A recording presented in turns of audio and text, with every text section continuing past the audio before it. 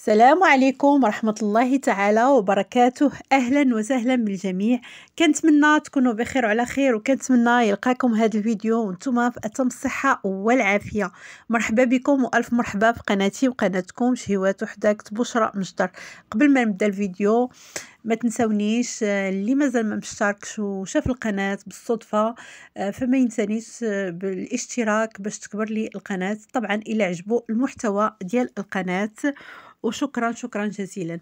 بالنسبه للاقتراح ديال هذا النهار فغادي نقدم لكم فقاص منخوي بريستيج بالقرقاع واللوز، كيجي لذيذ بزاف، واحد المذاق رائع، وكذلك كيجي بالمكسرات وغادي يعطيهم واحد التقرمشه لذيذه.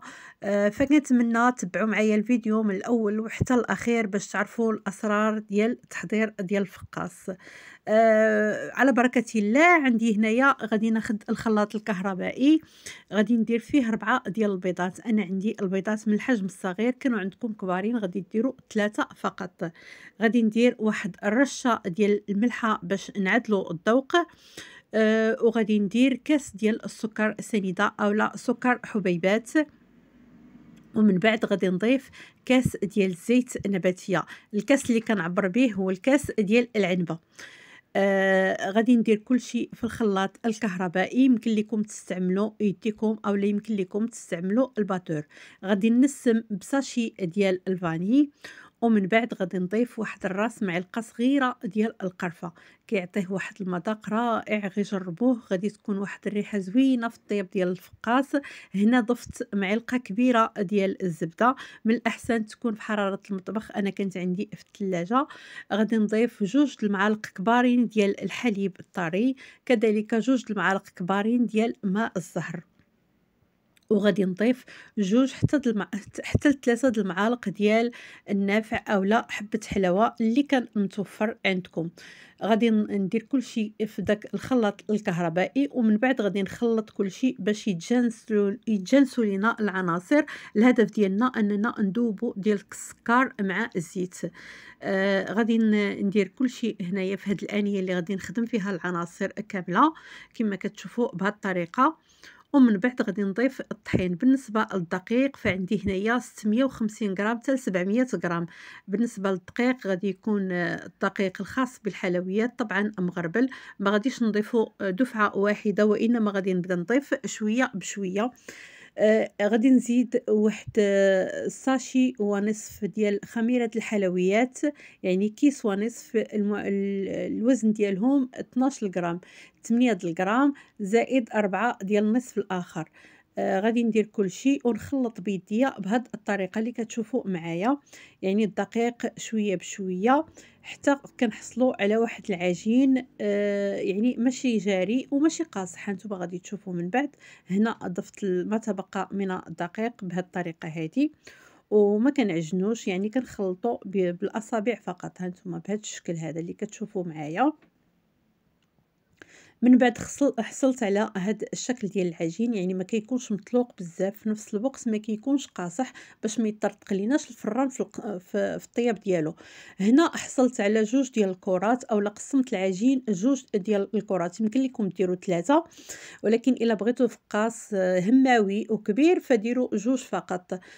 كناخذ بلاستيك غذائي كنديروا فوق سطح العمل وكنسرح العجين بهذه الطريقه هذه، يعني بشكل مستطيل اولا شكل مربع.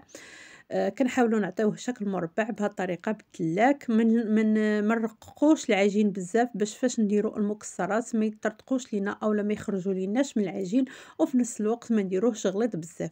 هنا خديت بيضه، ضفت ليها شويه ديال قهوه سريعه الذوبان، وغادي نخلط. وهنا غادي ندير بضع قطرات ديال النكهه ديال النوازيت. ماشي ضروريه، انا كانت متوفره عندي، ما كانتش يمكن لكم ديروا غير البيضه وديك قهوه سريعه الذوبان، اولا تنسموا كذلك بالفاني اولا اللي كان متوفر عندكم. كنخلط العناصر بهذا الشكل هذا، اولا ديك البيضه مع ديك النكهات اللي ضفت ليها القهوه سريعه الذوبان وكذلك ديك النكهه ديال النوازيت.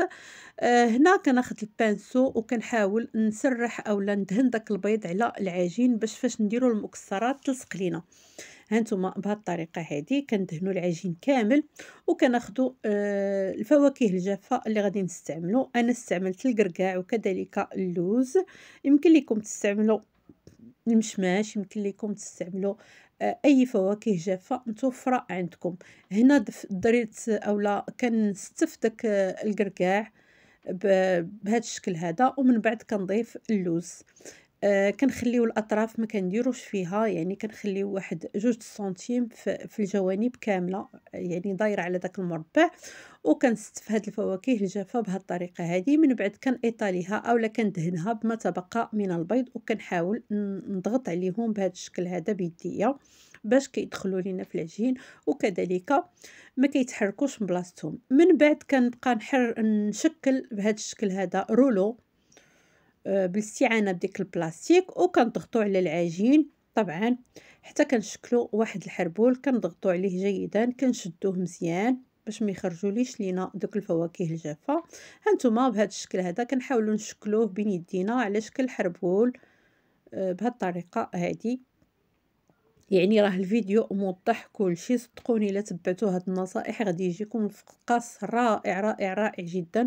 وجربوا هاد الطريقه غادي يعجبكم بزاف. ديك الفواكه الجافه كتعطيه واحد المذاق رائع، كتعطيه واحد القرمشه وواحد النسيمه زوينه. خديت اللاطه فرشت ليها ورق الفرن، وكندير داك الرولو ديال الفقاس اولا داك الحربول بهذا الشكل هذا، وكنحاول نقادو مع اللاطه. يعني راه الفيديو واضح. بنفس الطريقة كنحاول نطلق الكرة الثانية. يعني كنسرح العجينة، كنعطيها شكل مستطيل أولا شكل مربع، كنطلقها مزيان. يعني ما نرققوهاش، كنإيطالي أولا كندهن داك البيض بهذه الطريقة هذه. وكناخذ الفواكه الجافة ديالي. بالنسبة للفواكه الجافة فدخلت لي هنايا 400 غرام، بجوج ديال حرابل ديال هذا الفقاس. 400 غرام مخلطة ما بين الكركاع واللوز. كندهن عاوتاني ما تبقى من داك البيض، وكنسرح بنفس الطريقة. كنشكل رولو ديال الفقاس، وكنضغط عليه اولا كنحاول نقاد العجينه ديالي، يعني كنشد الا كانت شي بلاصه. وبالنسبه للفواكه الجافه الا شفناها خارجه كنحاولوا ندفعوها بين يدينا وكنقادو مزيان بهذا الشكل هادي حتى كنشكلوا هاد الحربول اولا هاد البودان، وكنديروه في اللاطه وكنضغطوا عليه بهذا الشكل هذا. ومن بعد كناخذوا بيضه كامله كنضيفوا لها شويه ديال قهوه سريعه الذوبان، وكندهنوا اولا كنخلطوا ديك العناصر جيدا. ومن بعد كناخذ بانسو وكندهن دوك لي بودان ديال الفقاس ديالي، كندهنوا بداك الخليط ديال البيض بهذا الشكل هذا. صدقوني هذا الفقاس الا جربتوه غادي يعجبكم، زوين زوين زوين بزاف، واحد المذاق رائع، واحد البنه عجيبه بزاف. كما كتشوفوا معايا كندهن هادوك لي بودان ديال الفقاس، وكناخذ الفورشيط وكنحاول ندير خطوط بهذا الشكل هذا، يعني الشكل العادي ديال الفقاس اللي كمولفين كنديروه. ومن بعد غادي ندخلهم الفران. بالنسبه للفران اولا الطياب ديال الفقاس فعاده الفران تيكون بارد.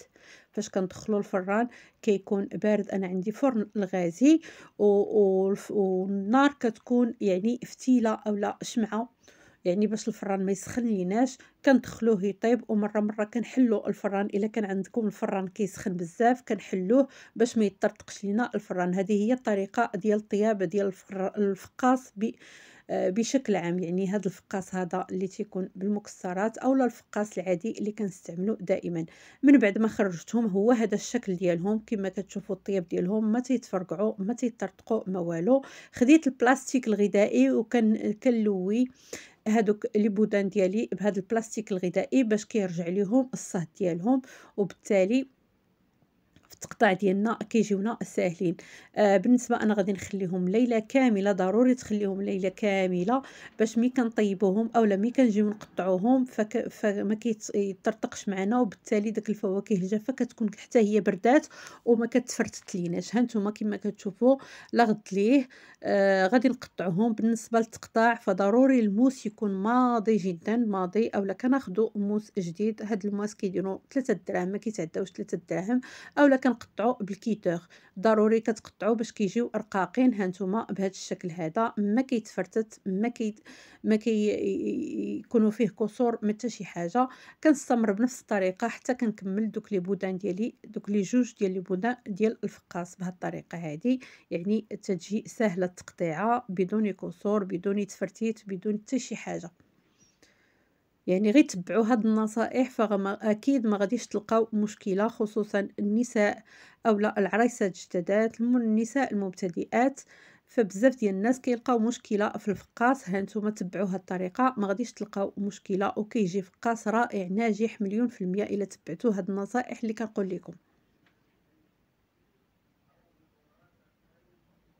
هانتوما بهذه الطريقه كنستمروا في التقطاع ديالهم حتى كنكملهم، ومن بعد غادي نستفهم في اللاطه وغادي ندخلهم للفران. بالنسبه للطياب ديالهم فكندخلهم نار تكون متوسطه، الفران كيكون سخون والنار كتكون متوسطه باش كياخذوا اللون موحد. كنبداو نقلبوهم من جهتين، يعني فاش كطيب الجهه الاولى كنقلبوا الجهه الثانيه، يعني كنقابلوه كنبقاو حداه حتى كيتحمر لينا وكياخذ هذا اللون الذهبي اللي كتشوفوا معايا.